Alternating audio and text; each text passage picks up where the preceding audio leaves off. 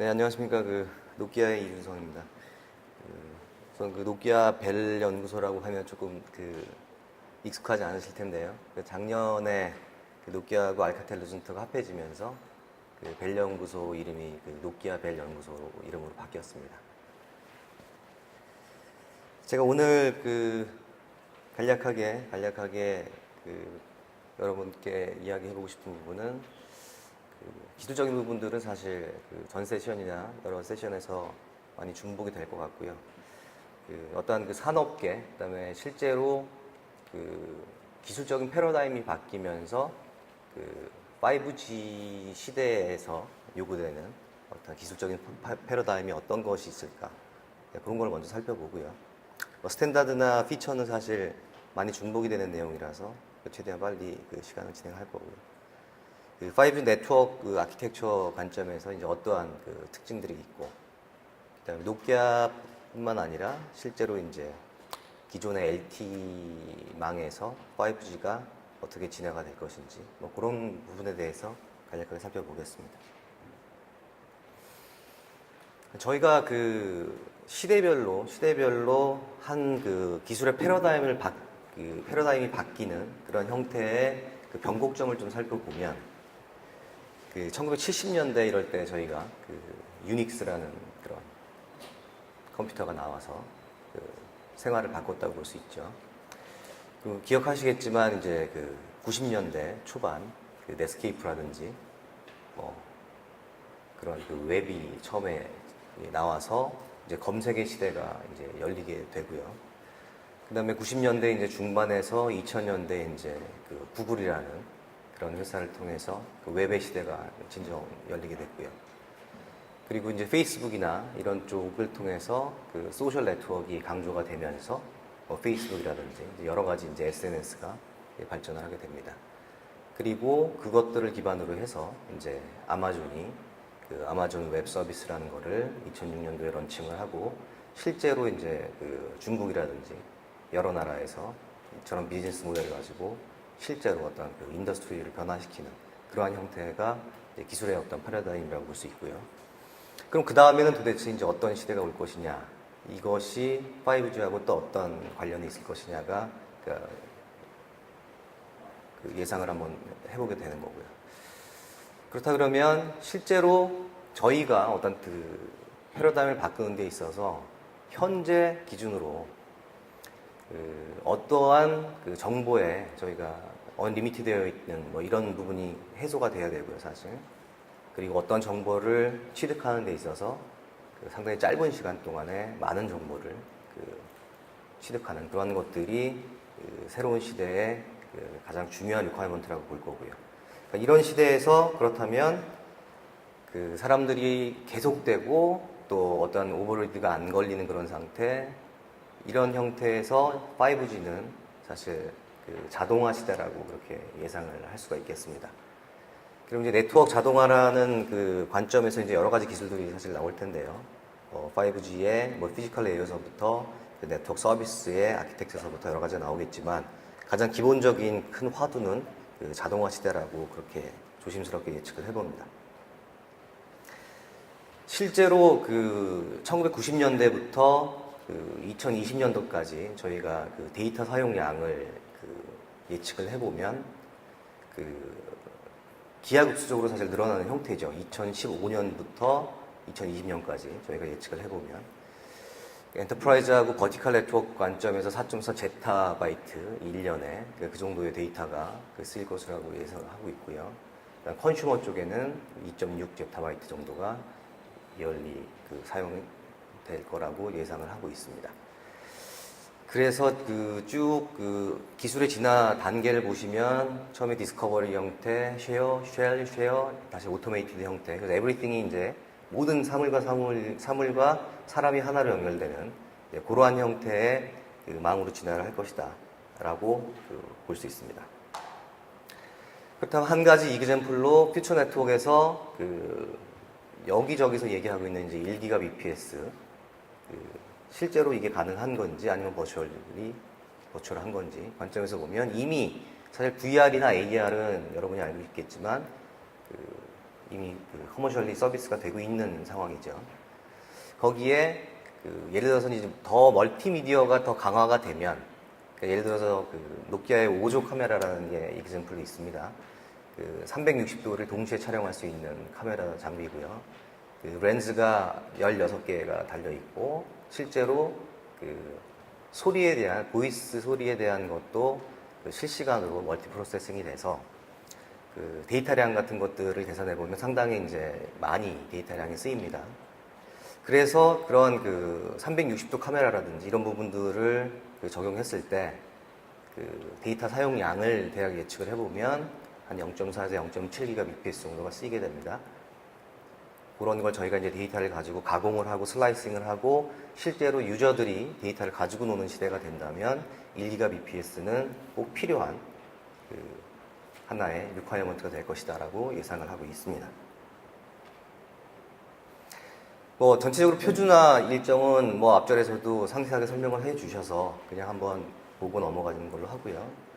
프레임 스트럭처 관련된 것도 사실 5G에서 이미 충분히 다 설명들 잘 해주셔서 일단 넘어가겠습니다. 실질적으로 이제 주파수가 저희가 5G를 논의할 때 빌로우 6기가하고 이제 어버브 6기가를 얘기하고 있는데요. 잘 아시다시피 중국을 중심으로, 중국 정부를 중심으로 해서 일부, 일본, NTT 도코모라든지 이런 일부 회사들은 또 빌로우 6기가에 또 많은 관심을 보이고 있죠. 실질적으로 이제 여러 가지 이제 아기먼트들에 대한 포인트들이 있습니다. 실제로 빌로우 6기가 될 때 실제 LTE하고 어떤 기술적인 차별성을 가지고 갈 수 있겠느냐. 밴드위스도 100메가 이상 확보하기가 힘든데 실제로 데이터 스루풋 관점에서도 어떠한 장점을 가질 것이냐. 하지만 여기서 보시다시피 이제 셀 사이즈라든지 이런 부분에 있어서는 사실 빌로우 6이 상당히 장점을 가지고 있죠. 28기가라든지 일부 어버브 6기가에서 지금 논의되고 있는 셀 사이즈가 실제로 저희가 노키아가 트라이얼을 상당히 많이 해보지 않았겠습니까? 버라이전하고도 해봤고, KT, 또 SKT, 또 LG U+하고도 해보고, 유럽에는 DT.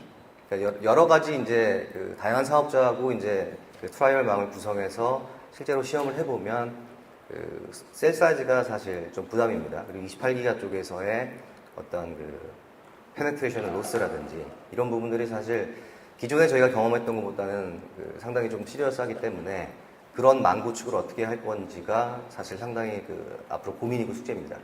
특히 28기가 이상의 주파수를 사용할 때는 인빌딩 쪽에는 거의 페네트레이션이 도달을 하지를 못하거든요. 못하기 때문에 인도어라든지 인빌딩 서비스를 어떻게 할 것이냐, 5G 망에서의 이런 부분들이 현안 숙제가 될 것이고요.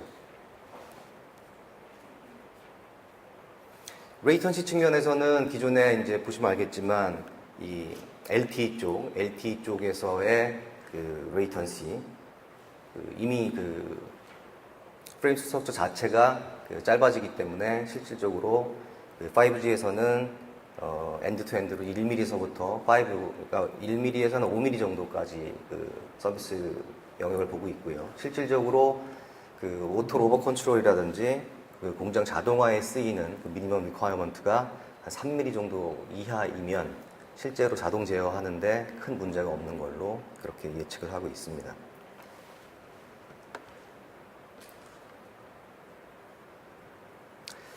그러니까 5G를 퓨처 네트워크라고 정의를 하고요. 그리고 자동화 시대라고 제가 정의를 했고, 거기 이제 4가지 키 어플리케이션이 있을 것 같아서 정리를 좀 해봤습니다. 일단 X축은 레이턴시 측면에서의 서비스 영역을 나타내고요. 세로축은 밴드위스 리ኳ이어먼트에 따른 서비스 영역을 나타내고 있습니다. 그래서 크게 보면 사실 이제 개선된 비디오, 아시겠지만 4K, 8K, UHD 영상이라든지 그런 부분들로 데이터가 발전을 할 것이고, 또 가상현실이라든지 증강현실, 그러니까 VR, AR이 한 서비스의 축으로 자리를 잡을 거고요. 그 다음에 IoT 관련된 스팅스들이 이제 하나로 연결이 되는 그런 형태. 센서 네트워크와 실제로 스트리밍에 대한 그런 컨트롤 부분들, 그리고 자동화라든지 공장 자동화라든지 그런 부분들이 연결이 되는 시스템 컨트롤. 그리고 4가지 영역으로 테크놀로지가 이네이블링 된다고 지금 예상을 하고 있고요. 실질적으로 그 네트워크 측면에서 보면 크게 한 세 가지 그 관점에서 볼 수가 있을 것 같습니다. 일단 그 버추얼라이징 네트워크이라 그래서 그 NFV 펑션들이 이제 구현이 돼서 실질적으로 그 하드웨어의 단순화, 그다음에 소프트웨어의 만능화, 막 이런 부분들로 그 망이 진화를 할 것이다. 저희가 이제 그 베이스로 기존의 네트워크 관점에서의 핫팩스를 분석해 보면 한 40% 정도가 더 줄어드는 형태로 그 망이 진화를 할 것이다라고 예상을 하고 있습니다.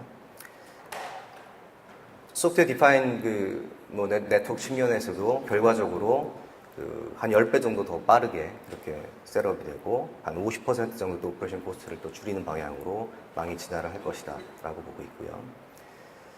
실질적으로 또 그 엣지 클라우드 네트워크를 통해서 그 레이턴시 컨트롤을 더 개선하고 그 전체적인 카펙스를 또 줄이는 방향으로 네트워크가 갈 것이다. 그래서 결과적으로는 어려운 얘기가 아니고요. 제가 볼 때는 기존의 LTE가 데이터를 사용했을 때, 트래픽을 사용했을 때의 어떤 비용을 코스트로 따져본다면 뭐 11불 정도에서 실질적으로 5G가 구현이 돼서 저런 네트워크 카펙스가 더 감소되는 방향으로 디자인을 하고 실제로 적용이 된다면 결국 유저에게 값싼 데이터를 가장 코스트 이펙티브하게 제공을 하는 게 파이널 골이라고 이렇게 생각을 하고 있습니다.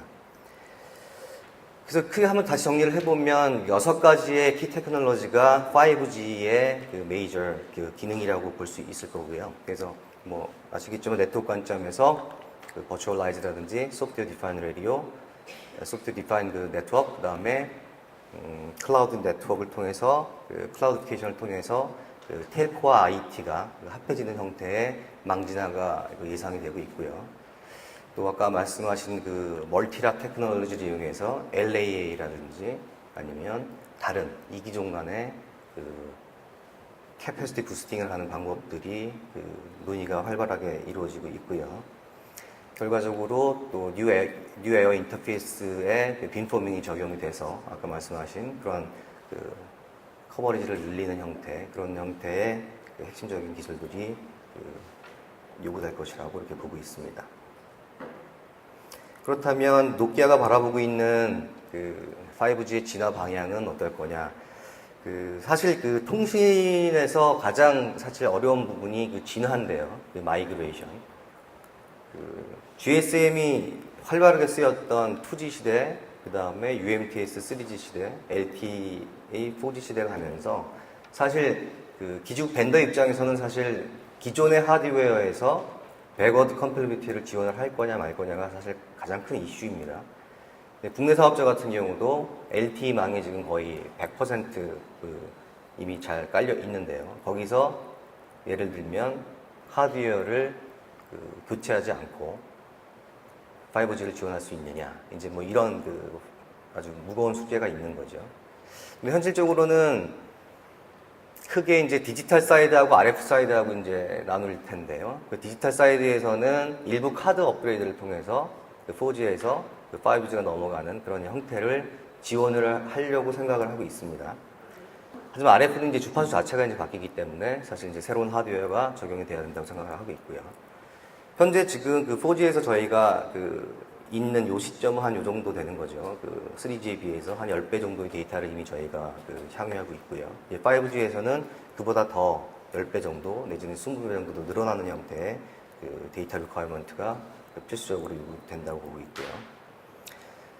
노키아가 바라보고 있는 5G는 실제로 표준화 관점에서의 4.5세대 프로를 기반으로 해서 풀리 여러 가지 기술들을 검증을 하고 이미 베리피케이션 된 그런 기술들을 이용해서 4.9세대라든지 5세대가 자연스럽게 넘어가는 소프트웨어 컨트롤하게 넘어갈 수 있는 그런 형태의 제품 전략과 기술 전략을 가지고 있습니다.